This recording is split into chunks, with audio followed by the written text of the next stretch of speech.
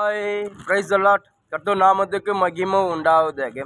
இன்றைய வேத வசனம் எபேசியர் 4:10 நமக்கு இப்படியாக சொல்லப்படுது. கர்த்தருக்கு பிரியமானது என்னதென்று நீங்கள் சோதித்து பாருங்கள். பவுல் சொல்றாரு, நம்ம ஆண்டோடைய பிள்ளையா இருக்கும் போது நம்மளோட வாழ்க்கையை நம்மளே நம்ம கர்த்தருக்கு பிரியமாக நடக்கணும்னு சோதித்து பார்க்கணும்னு சொல்லி பவுல் சொல்றாரு. ஏன்னா பவுலோட வாழ்க்கையில் பார்த்தீங்கன்னா அவர் எல்லாவற்றையும் அவரே சோதித்து பார்த்தாரு. ஏன்னா முதல்ல அவர் கர்த்தரை அறியாமன்னா பார்த்தீங்கன்னா அவர் பயங்கர ஒரு வைராக்கியமான மனுஷன், மேன்மை பாராட்ட மனுஷன். எப்போ கர்த்தருக்குள்ளே வந்தாரோ அவர் எல்லாவற்றையும் சரி கர்த்தருக்கு தன் வாழ்க்கையை பவுலும் தன் வாழ்க்கை கர்த்தருக்கு ஒப்பு கொடுத்து அவர் எல்லாவற்றையும் கர்த்தருக்கு கீழ்ப்படிந்து கர்த்தருக்கு சித்தத்தை செஞ்சார். அவர் பவுல் சொல்றாரு, நான் எல்லாரும் போல ஆடணும்னு சொல்லி அவர் வாழ்க்கையை மாற்றப்பட்டது. அது பார்த்தீங்கன்னா அவர் பயங்கரமாக ஒரு சரித்திர நாயகமாக ஒரு வல்லமையாக எடுத்து கர்த்தர் அவர் பயன்படுத்தினார்.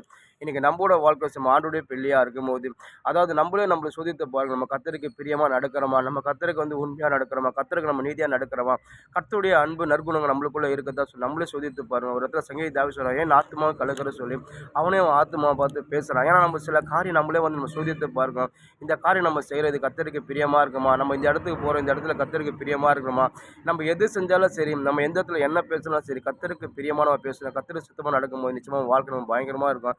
அது மட்டும் இல்லாமல் தெய்வம் நம்மளை ஒவ்வொரு அழைச்ச நோக்கமே நற்கனிகள் கனி கொடுக்கும்படி தான் பவுல் சொல்கிறார். முந்தின வருஷத்தில் பார்த்தீங்கன்னா சொல்கிறார், அதாவது நம்ம நற்கனி கொடுக்கணும், அதான் கர்த்தருக்கு உண்மையாக இருக்கணும், நம்ம நீதியாக இருக்கணும், எல்லாவற்றிலும் நம்ம இருந்து நம்மளுமே சோதித்து பார்க்கணும்னு சொல்கிறார்.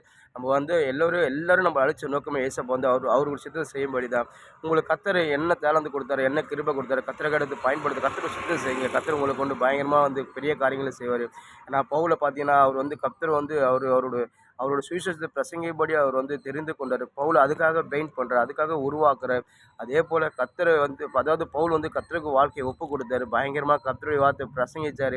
அதாவது எங்கெங்கே இடத்துல கர்த்தருடைய வார்த்தை போகாது அந்த இடத்துல கர்த்தருடைய வார்த்தை பிரசங்கிச்சு அநேக ஜனங்க பாவத்திலிருந்து வெளியே வந்தாங்க. அநேக ஜனங்க மனம் மாறினாங்க. இந்த வார்த்தை அநேக பேர் தொடப்பட்டது. அநேக பேர் இயேசு தன் தகப்பனை ஏற்றுக்கொண்டாங்க. அநேக பேர் வாழ்க்கையில் அவங்க வாழ்க்கை பிரகாசமாக பாவத்தில் இருந்த ஜனங்களோட வாழ்க்கை பிரகாசமாக அடைஞ்சிங்க. ஏன்னா அந்த வார்த்தை அப்படியேப்பட்ட வார்த்தை. உங்களோட வாழ்க்கையோட சரி, நீங்கள் கர்த்தருக்கு கனி கொடுக்கும்படி உங்கள் வாழ்க்கையை மாற்றி கர்த்தருக்கிட்ட ஒப்பு கொடுங்க. கர்த்தரை சுத்தம் செய்யுங்க, கர்த்தர் வேலையை செய்யுங்க, கர்த்தர் ஊழியத்தை செய்யுங்க. கர்த்தர் உங்களை கொண்டு மகிமையாடு, கர்த்தர் உங்களை கொண்டு பெரிய காரியங்களை செய்வார். கர்த்தர் உங்களை பிரகாசிக்கும்படி செய்வார். கர்த்தர் உங்களை வல்லமையாக எடுத்து பயன்படுத்துவார். நீங்கள் நினச்சி கூட பார்க்காத முடியாத காரியம் நீங்கள் நினச்சி கூட பார்க்க முடியாத பெரிய காரியங்கள் கர்த்தர் உங்களுக்கு செய்வார். ஒன்றே ஒன்று, நம்ம வாழ்க்கையை கர்த்தருக்கு ஒப்பு கொடுக்கணும், நம்மளே நம்ம சோதித்து பார்க்கணும். அது மட்டும் நம்ம கர்த்தர் விஷயத்தை நம்ம செய்யும்போது நம்ம கர்த்தர்கிட்ட எல்லாத்தையும் பெற்றுக்கொள்ளணும். ஆமென்.